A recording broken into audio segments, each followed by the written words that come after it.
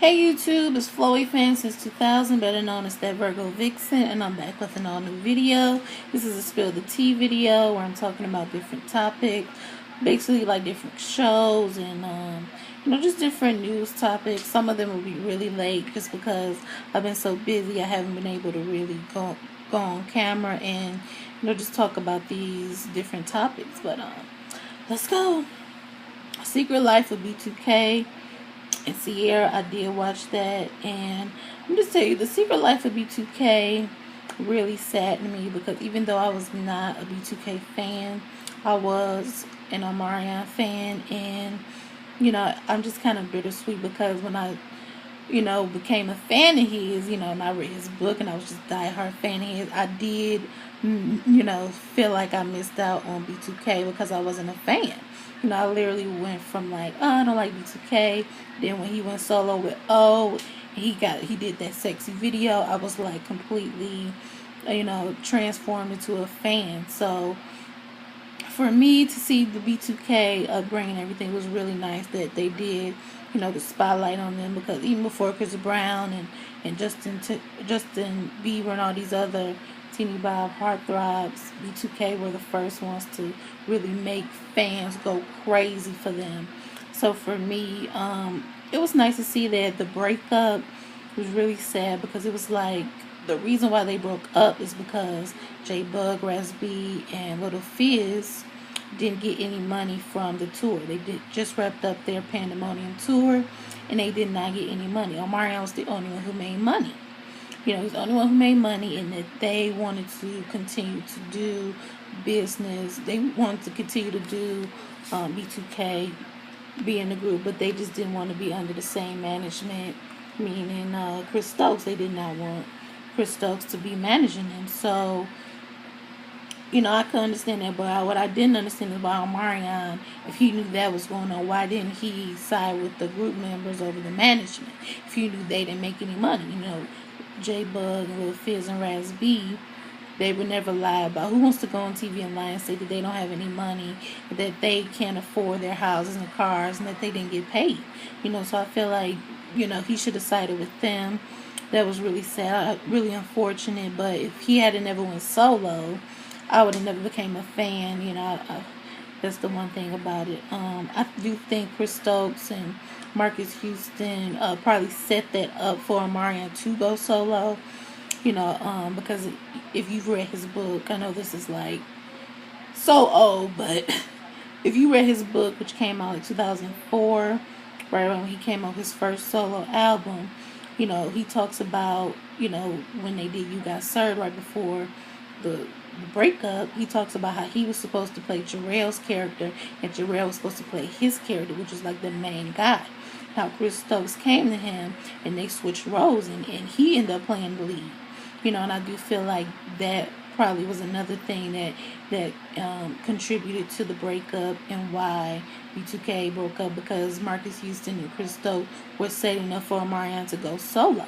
And that's why made sure he made all the money and didn't give any money to the other group members. And, I think Omarion really did try to reach out to them, and maybe they didn't really, because they thought he was still with Chris Stokes, maybe they didn't want to hear from him. But I really am saddened that they didn't, that they had to break up and that they didn't stay a group. And the one thing that irritates me with watching The Secret Life is they try to act like these artists like Omarion and Sierra didn't struggle. They try to act like that, yeah, they had their ups and downs, but overall, they are pretty successful. Like, no, they hit some lows, Omarion definitely hit some lows.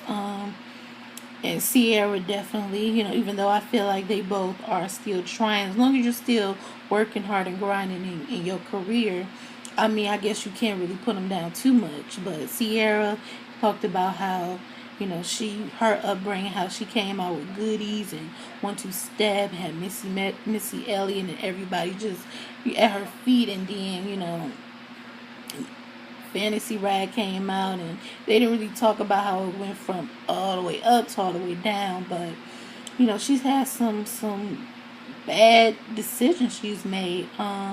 But shout out to her and Russell Brand, or whatever his name is, Russell, for getting married. Now they can finally, do the deed like they haven't already. But congrats to them.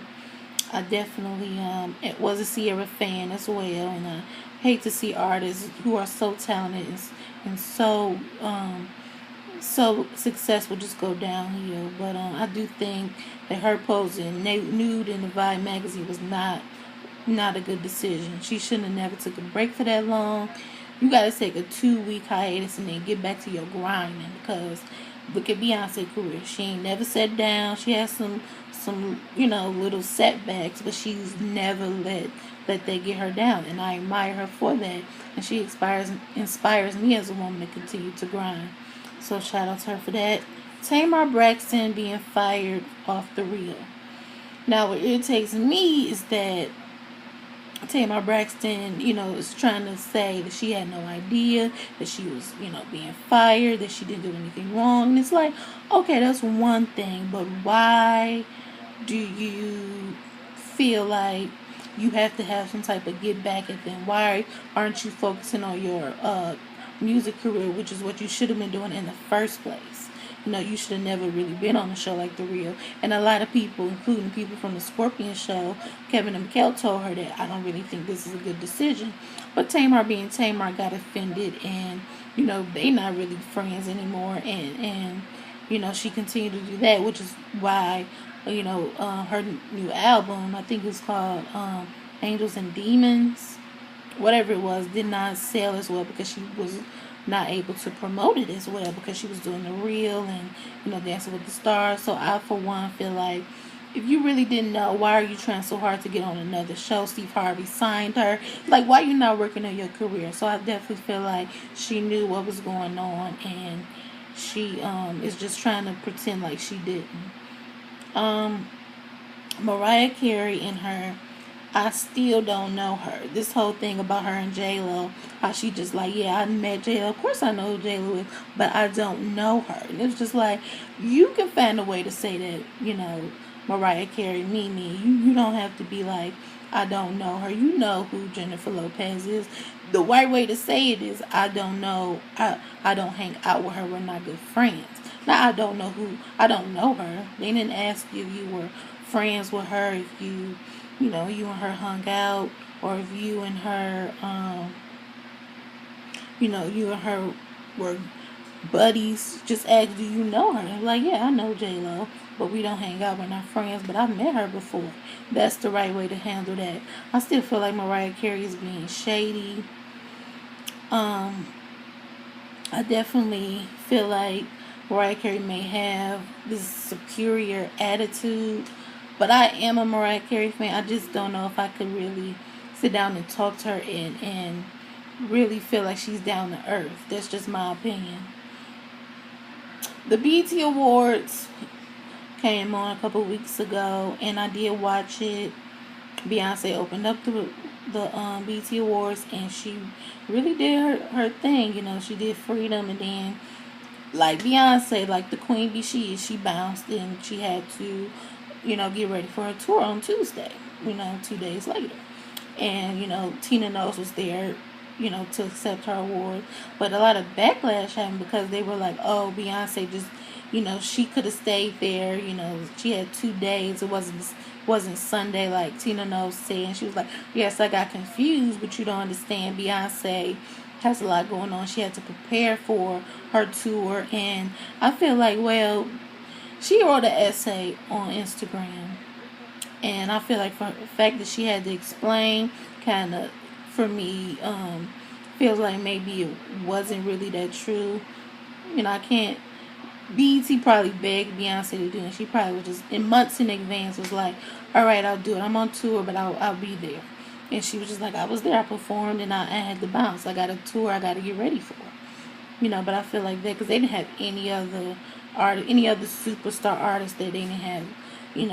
Rihanna, K. Michelle, they didn't have, I knew Adele wouldn't be there, but they didn't have anybody there that was just, besides Beyonce, no other female R&B or pop artist, no other, Alicia Keys was there, but, child, what was Alicia Keys doing? and no Nicki Minaj, no hip hop female. I honestly can't even tell you what other known artist was there. The Prince tribute was pretty good. I wish D'Angelo was there. Like, for him not to be there, and they announced he was going to be there, it felt a little flat. But it was definitely better than what Madonna and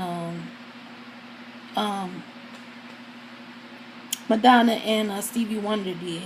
But anyway, that was the BET Awards. Jesse Williams' speech was everything.